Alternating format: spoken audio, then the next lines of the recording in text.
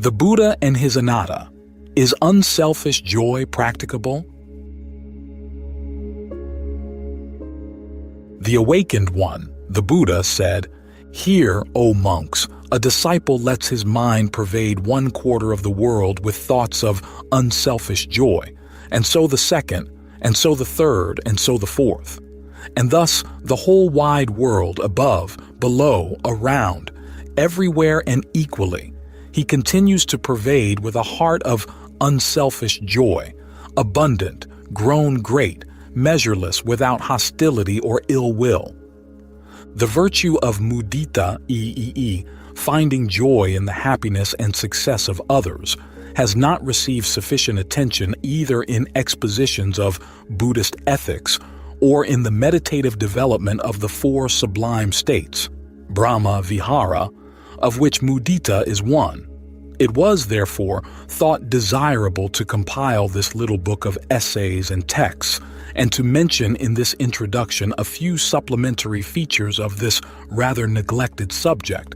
It has been rightly stated that it is relatively easier for man to feel compassion or friendliness in situations which demand them than to cherish a spontaneous feeling of shared joy outside a narrow circle of one's family and friends. It mostly requires a deliberate effort to identify oneself with the joys and successes of others. Yet the capacity of doing so has psychological roots in man's nature, which may be even deeper than his compassionate responses. There is firstly the fact that people do like to feel happy, with or without good reason, and would prefer it to the shared sadness of compassion. Man's gregarious nature, his sociability, already gives him some familiarity with shared emotions and shared pleasure, though mostly on a much lower level than that of our present concern. There is also in man, and in some animals, not only an aggressive impulse, but also a natural bent towards mutual aid and cooperative action. Furthermore, there is the fact that happiness is infectious, and an unselfish joy can easily grow out of it. Children readily respond by their own smiles and happy mood to smiling faces and happiness around them. Though children can be quite jealous and envious at times, they also can visibly enjoy it when they have made a playmate happy by a little gift, and they are then quite pleased with themselves. Let parents and educators wisely encourage this potential in the child. Then this seed will quite naturally grow into a strong plant in the adolescent and the adult, maturing from impulsive and simple manifestations into the sublime state of unselfish joy, mudita Brahma Vihara. Thus here too the child may become the father of a man. Such education towards joy with others should, of course, not be given in a dry, didactic manner, but chiefly in a practical way by gently making the child observe, appreciate, and enjoy the happiness and success of others, and by trying himself to create a little joy in others. This can be aided by acquainting the child with examples of selfless lives and actions for his joyful admiration of them, and these, of course, should not be limited to Buddhist history. This feature should not be absent in Buddhist youth literature and school books throughout all age groups. And this theme should be continued in Buddhist magazines and literature for adults. Admittedly, the negative impulses in man, like aggression, envy, jealousy, etc., are much more in evidence than his positive tendencies towards communal service, mutual aid, unselfish joy, generous appreciation of the good qualities of his fellow men, etc. Yet, as all these positive features are definitely found in man, though rarely developed, it is quite realistic to appeal to them and activate and develop that potential by whatever means we can in our personal relationships, in education, etc. If it were impossible to cultivate the good, I would not tell you to do so, said the Buddha. This is, indeed, a positive, optimistic assurance. If this potential for unselfish joy is widely and methodically encouraged and developed, starting with the Buddhist child, or, for that matter, with any child, and continued with adults, individuals, and Buddhist groups, including the Sangha, the seed of mudita can grow into a strong plant which will blossom forth and find fruition in many other virtues as a kind of beneficial chain reaction: magnanimity, tolerance, generosity of both heart and purse, friendliness, and compassion. When unselfish joy grows, many noxious weeds in the human heart will die a natural death, or will at least shrink. Jealousy and envy, ill will in various degrees and manifestations, cold-heartedness, miserliness, also in one's concern for others, and so forth. Unselfish joy can indeed act as a powerful agent in releasing dormant forces of the good in the human heart. We know very well how envy and jealousy, the chief opponents of unselfish joy, can poison a man's character as well as the social relationships on many levels of his life. They can paralyze the productivity of society on governmental, professional, industrial, and commercial levels. Should not, therefore, all effort be made to cultivate their antidote, that is, mudita? Mudita will also vitalize and ennoble charitable and social work, while compassion, karuna, is or should be the inspiration for it. Unselfish joy should be its boon companion. Mudita will prevent compassionate action from being marred by a condescending and patronizing attitude which often repels or hurts the recipient. Also, when active compassion and unselfish joy go together, it will be less likely that works of service turn into dead routine performed indifferently. Indifference, listlessness, boredom, all nuances of the Pali term arati, are said to be the distant enemies of mudita. They can be vanquished by an alliance of compassion and unselfish joy. In him who gives and helps, the joy he finds in such action will enhance the blessings imparted by these wholesome deeds. Unselfishness will become more and more natural to him, and such ethical unselfishness will help him towards a better appreciation and the final realization of the Buddha's central doctrine of no self, Anatta. He will also find it confirmed that he who is joyful in his heart will gain easier the serenity of a concentrated mind. These are, indeed, great blessings which the cultivation of joy with others' happiness can bestow. Nowadays, moral exhortations fall increasingly on deaf ears, whether they are motivated theologically or otherwise. Preaching morals with an admonishing finger is now widely resented and rejected. This fact worries greatly the churches and educators in the West, but there are ample indications that this may, more or less, happen also in the Buddhist countries of the East, where ethics is still taught and preached in the old hortatory style and mostly in a rather stereotype and unimaginative way, with little reference to present-day moral and social problems. Hence, modern youth will increasingly feel that such moralizings are not their concern. In fact, within the frame of the Buddhist teachings, which do not rely on the authoritarian commandments of God and Church, but on man's innate capacity for self-purification, such conventionalized presentation of ethics, which chiefly relies on overworked scriptural references, must appear quite incongruous and will prove increasingly ineffective for young and old alike. The need for reform in this field is urgent and of vital importance. It was also with this situation in view that the preceding observations have stressed the fact that a virtue like unselfish and altruistic joy has its natural roots in the human heart and can be of immediate benefit to the individual and society. In other words, the approach to a modern presentation of Buddhist ethics should be pragmatic and contemporary, enlivened by a genuine and warm-hearted human concern.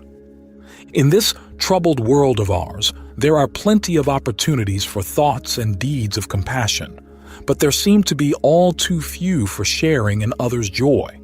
Hence, It is necessary for us to create new opportunities for unselfish joy by the active practice of loving kindness, metta, and compassion, karuna, in deeds, words, and meditative thought. Yet, in a world that can never be without disappointments and failures, we must also arm ourselves with the equanimity, upekkha, to protect us from discouragement and feelings of frustration should we encounter difficulties in our efforts to expand the realm of unselfish joy.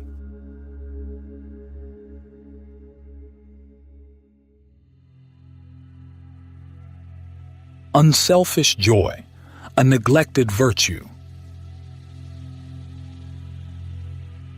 Mudita, unselfish or sympathetic joy, is one of the most neglected topics within the whole range of the Buddha Dhamma, probably because of its subtlety and of the wealth of nuances latent within it. Besides getting honorable mention within the context of the four divine abidings, Brahma Vihara, few commentators have had much more to say about it apart from explaining that it means sympathetic joy at the good fortune or success of others. Only one notable writer, Kanze, in Buddhist thought in India, has had the insight to suggest that mudita, that is, sympathy, is a prerequisite of metta, loving kindness, and of karuna, compassion. He thus names appreciation as one of the components of mudita. How right he is, for one cannot appreciate another person without seeing some good in him. If one does not appreciate the other person in the slightest degree, one would be hard put to experience joy at any stroke of good fortune or success that may befall him. To stimulate feelings of pleasure when, in fact, one feels none would be the grossest of hypocrisy. Thus, mudita tacitly implies looking for the good in others and learning to recognize and admire what good there is. Likewise, if one has a misanthropic view of mankind, regarding people as essentially evil and not worth being concerned about, one cannot, on the face of it, make much headway with any of the four divine abidings. To have a sympathetic attitude towards human beings does not betoken an idealization of man, but rather a realistic appraisal that, though often in error and grievously at fault, man has, nevertheless, the potential to rise above his darkness and ignorance into the light of knowledge, and even to undreamed of heights of nirvana. Unless one has that measure of faith and confidence in mankind which the Buddha himself had, the practice of metta and karuna is impossible. Thus, the broadest and most simple aspect of mudita, as sympathy towards mankind, is also the most basic and important. To regard mudita as being relevant only on certain relatively rare occasions when our friends and acquaintances come into a bonanza of some kind is to fragment it and render it trivial, thereby missing the essential matrix. It should not be regarded as a matter of turning on a tap from which mudita will gush forth. There should be, in a certain sense, a quiet stream of sympathy and understanding flowing within the individual all the time. Though, to be sure, it does also mean developing the capacity to participate in another person's finest hour and doing so spontaneously and sincerely. It is indeed a depressing fact that people are much more ready to sympathize with the misfortunes of others than to rejoice with them, a psychological quirk in people which wrung from Montaigne the ironic statement, "There is something altogether not too displeasing in the misfortunes of our friends." Turning back to the essential matrix of mudita as sympathy towards mankind, faith in its potential for good and acceptance of its worthwhileness, this is precisely what is lacking in the world today. There is abroad a kind of cosmic gloom and, among some large sections of people, a feeling of defeatism. Probably the scene is largely colored by the shadow of the hydrogen bomb and the various other horrible weapons of destruction which we know the nations are so busy in manufacturing. All in all, too much has happened in too short a time. More scientific and technological discoveries have been telescoped into the last 50, or is it 30, years than in the previous 500, and the total result is, at the moment, of dubious benefit to humanity as a whole, though of inestimable worth to the new millionaires who have managed to muscle in on the expanding economy.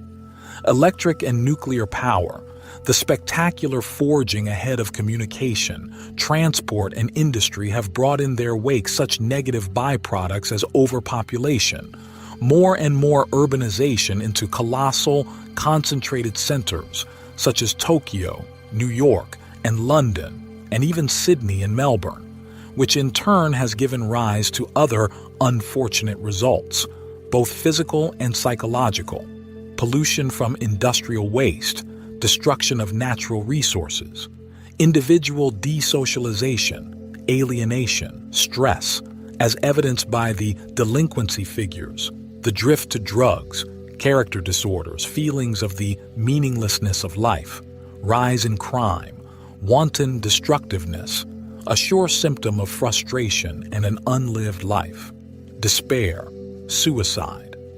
We know that such ills have always existed in society, and that probably they always will to some degree.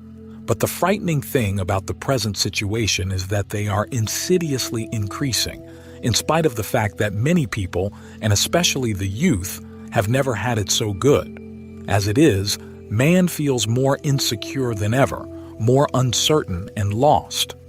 Viewing these symptoms, many people throughout the world have drawn the conclusion that man has arrived at the period of moral decline and disintegration, and that humanity has become so depraved as to be hopelessly beyond redemption or recall. Such a view has always been characteristic of old age. We can, with a certain degree of amusement, read the lines: "To whom do I speak today? Brothers are evil. Friends today are not of love. To whom do I speak today? Hearts are thievish. Every man seizes his neighbor's goods. To whom do I speak today? The gentle man perishes. The bold-faced goes everywhere. To whom do I speak today? When a man should arouse wrath by his evil conduct, he stirs all men to mirth, although his iniquity is wicked." The above admonition was composed in ancient Egypt during the Middle Kingdom, thousands of years ago, but the words are those which every generation hears. There is a proneness in periods of crisis and transition to conjure up in the mind a fantasy of a previous golden age, when people were of sterling worth and life was lived in accordance with the noble virtues. But we may well ask, when was there such an age, and where?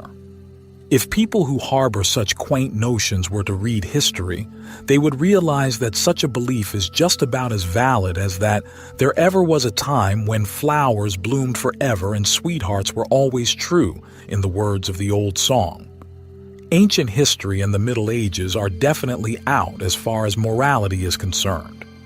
Without going so far back, merely a couple of hundred years, Smollett wrote this of 18th century England: "Commerce and manufacture flourished to such a degree of increase as has never been known in this island. But this advantage was attended with an irresistible tide of luxury and excess which flowed through all degrees of people, breaking down all the bounds of civil policy and opening a way for licentiousness and immorality. The highways were infested with rapine and assassination. The cities teemed with the brutal votaries of lewdness, intemperance, and profligacy." In the 19th century, relatively recently, Wordsworth wrote, "The wealthiest man among us is the best. No grandeur now in nature or in book. Delight us. Rapine, avarice, expense. This is idolatry, and these we adore. Plain living and high thinking are no more.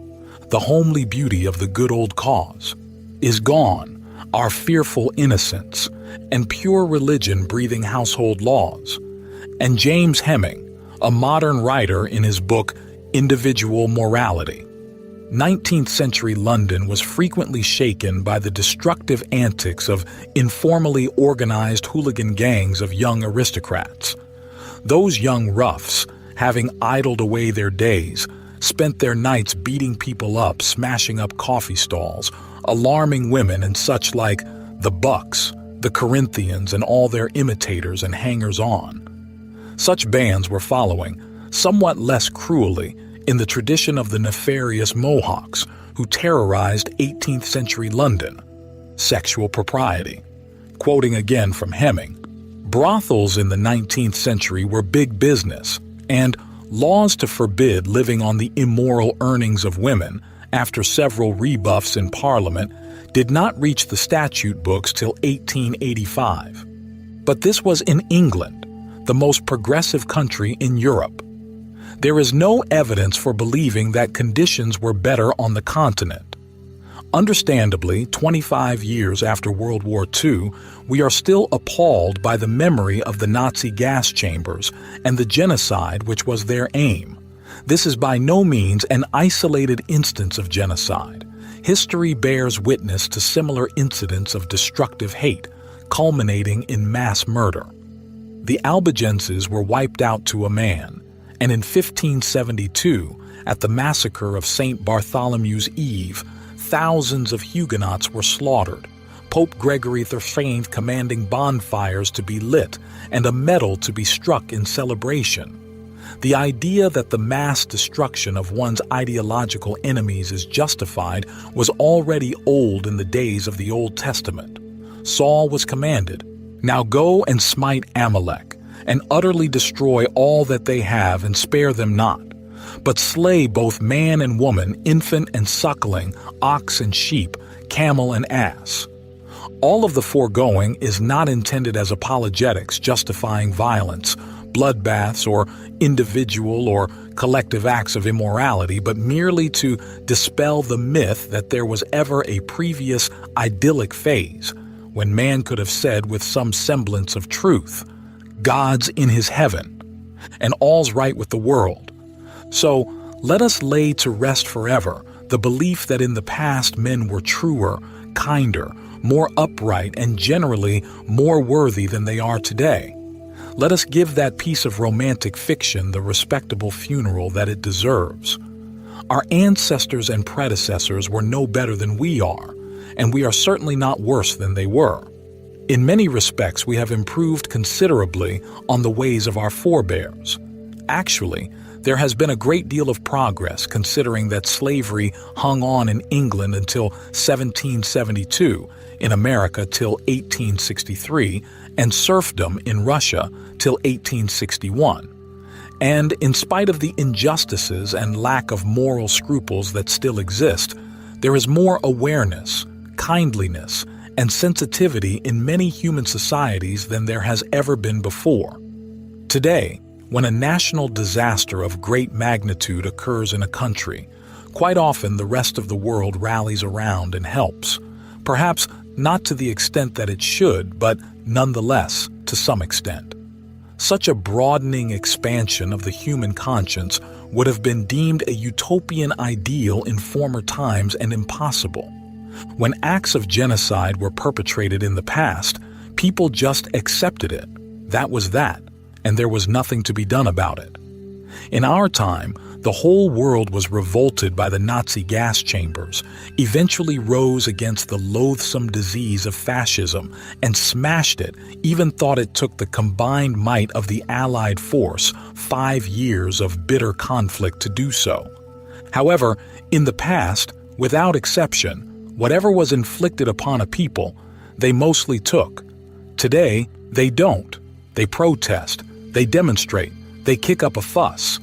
They have become articulate because they have realized that the greatest evil of all is not poverty, racialism, or war, but powerlessness. Naturally, such an unexpected show of interest in public affairs is embarrassing to governments accustomed to an inert and docile population, and there is some wistful talk by diehards of the silent majority.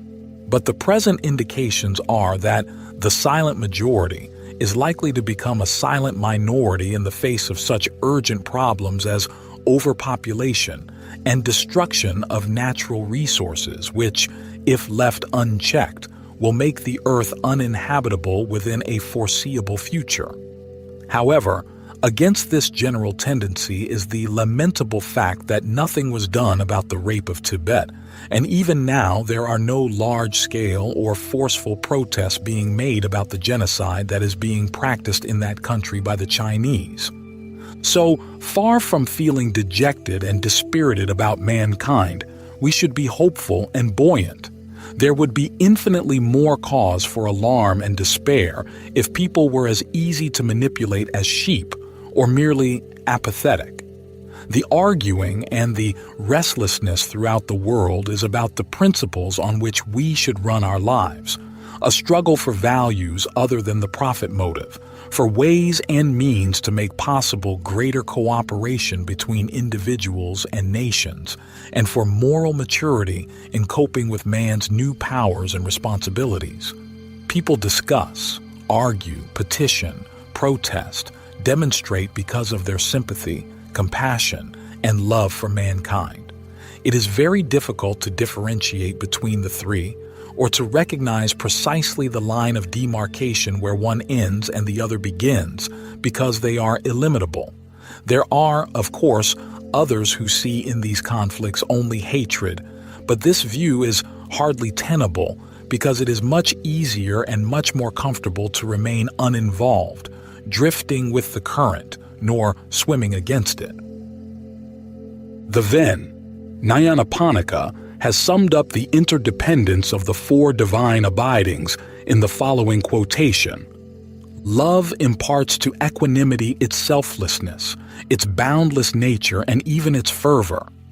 Compassion guards equanimity from falling into cold indifference and keeps it from indolent or selfish isolation. Until equanimity has reached perfection, compassion urges it to enter again and again into the battlefields of the world. Sympathetic joy gives to equanimity the mild serenity that softens its stern appearance. It is the divine smile on the face of the enlightened one.